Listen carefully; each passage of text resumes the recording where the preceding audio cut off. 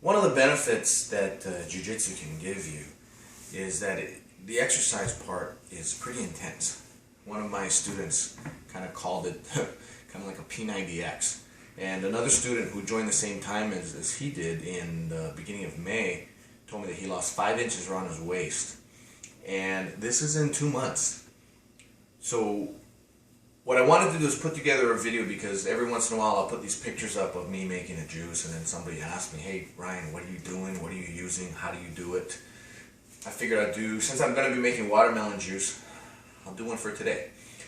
And what you can do is, by making these juices, it can help you to fill your stomach so you end up not eating something that will not be all that good for you. So I like to make juice for 1 meal of the day. So out of 3 meals in the day, I'll just drink a juice. But I'll drink a lot. Typically one of these glasses here, which these are mason jars, and they might have about 24 ounces in them. And if there's any little extra, then I'll drink that as well. So what I'm going to do is I'm going to make watermelon juice. And I'll make one watermelon juice, and I'll make a watermelon banana smoothie, which I really like. In fact, it's one of my favorites. First thing you need to do is make sure you have a good knife and make sure it's sharp. What you don't want is, you don't want it to slip on the watermelon rind and possibly cut you. So just make sure that you run it through. I'm always sharpening this. Every time I use it, I sharpen it. So I just run it through. This is just a simple whetting stone. And to make sure that it's sharp, so I'm always working with sharp tools. Pretty good. That's about all I need. Now, I have a half a watermelon here. Somebody actually went in and dug a little hole in it with their spoon. It's probably the person that's sitting behind the camera now. But it's okay. I can still work with this.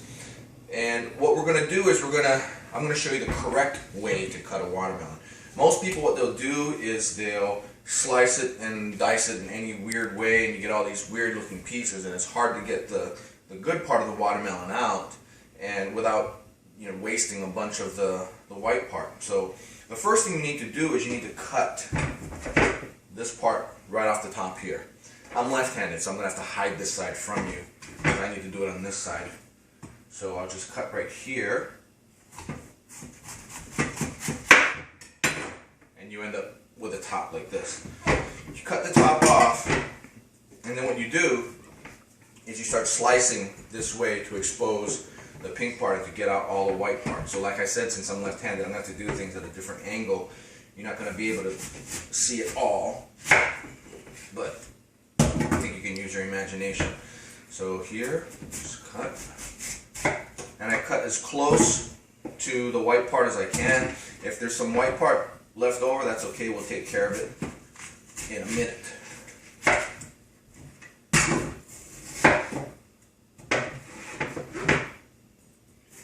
And it's actually easier the sharper the knife you have. Don't use a dull knife. Don't use a little knife. It might be a good investment to buy a knife like this. The one I use is, what's it called? A Wusthof.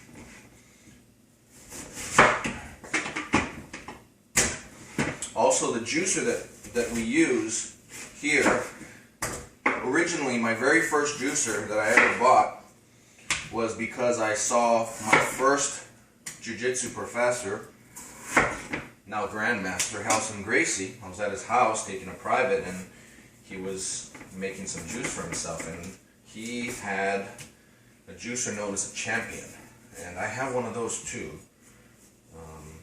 Had 2 of them. Gave one to Professor Fernando, who's one of the head instructors over at the Laguna Niguel campus of Common Jiu-Jitsu, and ended up getting my mother's one back that I had bought for her years ago. So now I have a Champion juicer again.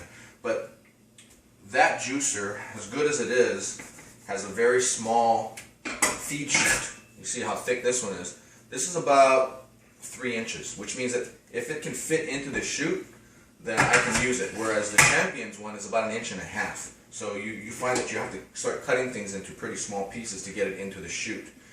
Another thing is that this juicer that I have is called a Breville juice fountain.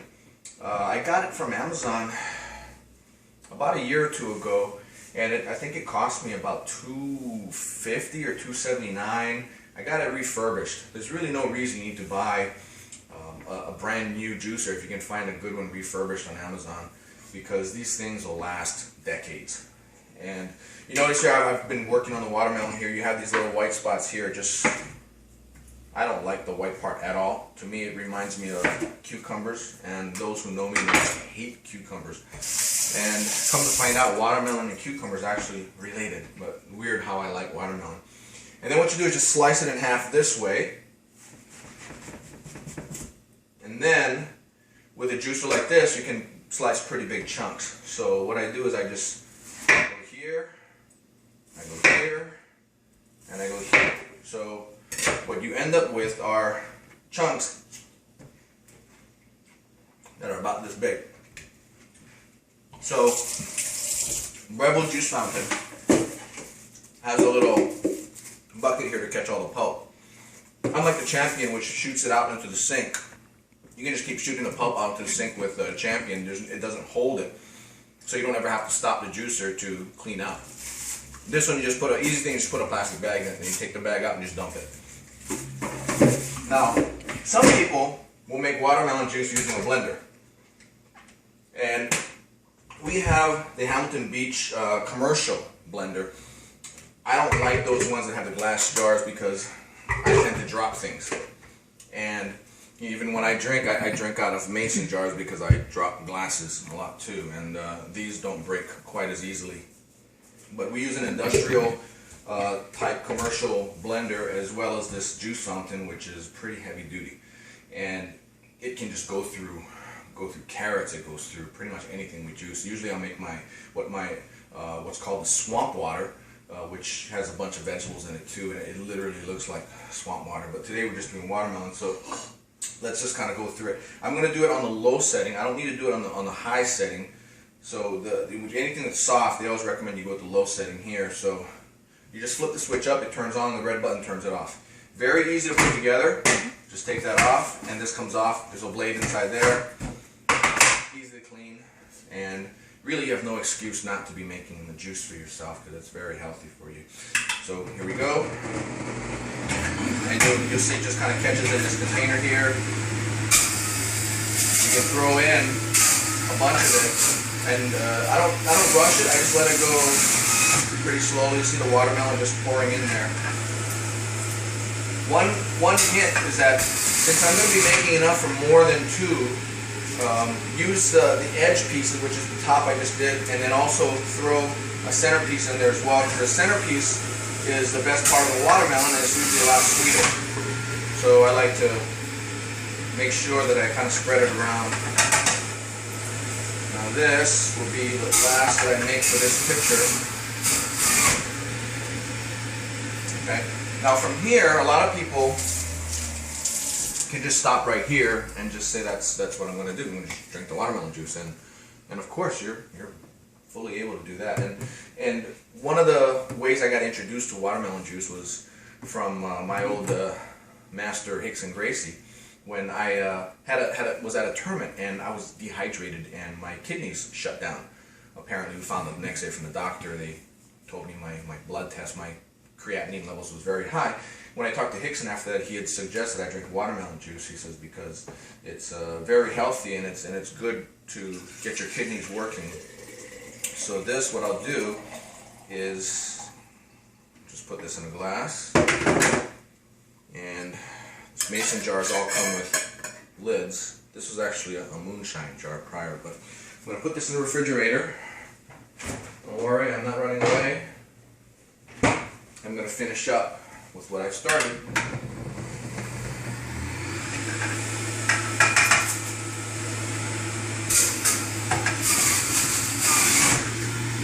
This is a little big to make a little sloppy.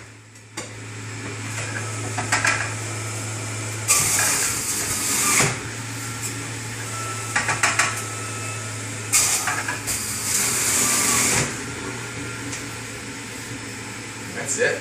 That's it for the watermelon part. So I'm also making a watermelon banana smoothie, and unlike a lot of people, what they'll do is, and also the reason why I use a juicer and not a blender to make my watermelon juice is because I don't like that that the pulp in my juice, it makes it a little hard to swallow. It'll be thick like a smoothie, but it's not like a smoothie because that thickness in a smoothie usually comes from the iciness that's present from when they put ice into it. Like if you go to Jamba Juice and they make a smoothie, I always put a little bit of ice in there to make it thick. Well, if you have watermelon pulp in there, it gets to be kind of hard to drink. At least for me. I know a lot of people that do love watermelon juice made with a blender where they just throw the chunks in there and make it blend it that way. But I like to actually take the juice out and just leave the pulp on the side. And then from here, I'm going to make another smoothie. So I've got my blender all ready to go. And here's the secret to making a good smoothie. Frozen bananas. And you just take a ripe banana, break it up, put it in here, and just throw it in the freezer. And this way I don't have to use ice, which will dilute it. And I don't like my smoothies diluted. I like them really tasty, I guess is the word. Kind of like my iced coffee. I order iced coffee, double strength, and I don't take any ice in it either. So my smoothies are no different. So I don't want it ruined with ice. Now here's a secret for making smoothies that I learned from Hori and Gracie when I was at the Gracie Academy, and it's this, yeah, cream cheese. So what you do, easy way to do it, is you have all these lines that are kind of marked off, and I think every line is an ounce. So what I'll do is I'll just take an ounce per smoothie, and I just put it in. This can be taken care of later. And just take this big chunk of cream cheese. I know people are thinking, what? Cream cheese in a smoothie? Yeah. It's awesome. You should try it if you haven't. And I guess now that you know about it, you will. And you can put anything you want in this. I generally try not to put different types of fruits.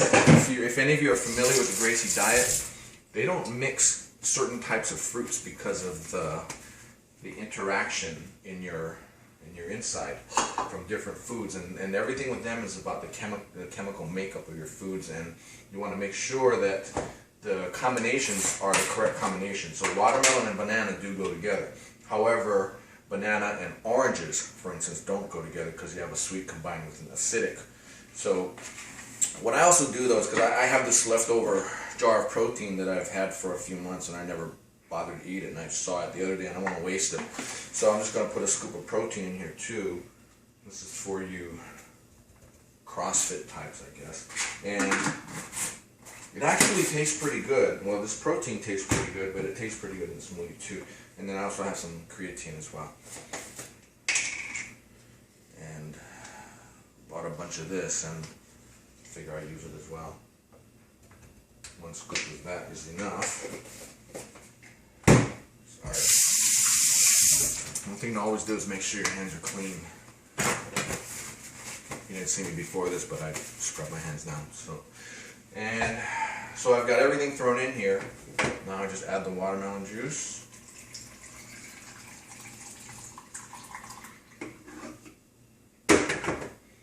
Now make sure that before you put it on the blender, always have it covered up, because you never know what's going to happen. Here, and always keep your hand on here, because the last thing you want is the lid to pop open for whatever reason and all the juice is all over the place. So this particular blender, like most, you have a high and a low. Being that I've got frozen bananas in there, I always go on the high, which is right here, and then I can either go just to hold it up and let it stay up, and then you also have the pulse. So what I do is, to get it started, I'll go on the high and just leave it on, and then sometimes the banana chunks don't hit the blades enough, so you need to kind of pulse it to break them. So here we go.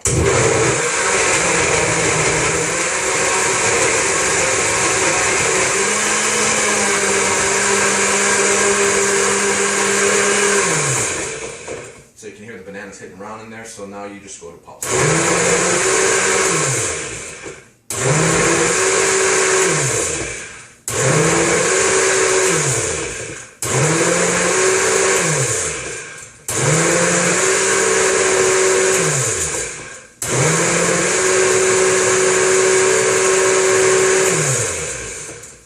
That's it. So always make sure to unplug these things when you're done. And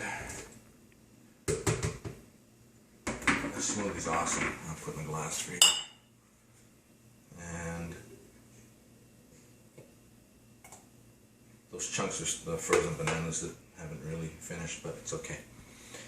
And that's how we make it. That's how I make a smoothie, at least. Set it over here. I've got some watermelon juice that's extra. I could probably throw it in here, and then throw a few more bananas in with it. And you notice that this particular pitcher that comes with the juicer siphons out, separates out all the foam. So I'm not a big fan of the foam, so I just separate it out there. And whatever leftover you have, just throw a few more banana chunks in there. You can just put in as much as you want to make it however thick you want, or however non-thick. I like mine relatively thick. And just finish this up. That noise you hear in the background is the TV. I had it on pause, and I guess it got tired of sitting on pause, so it went and put itself on. So just finish it up. Oops, sorry, unplugged it, right? Safety first.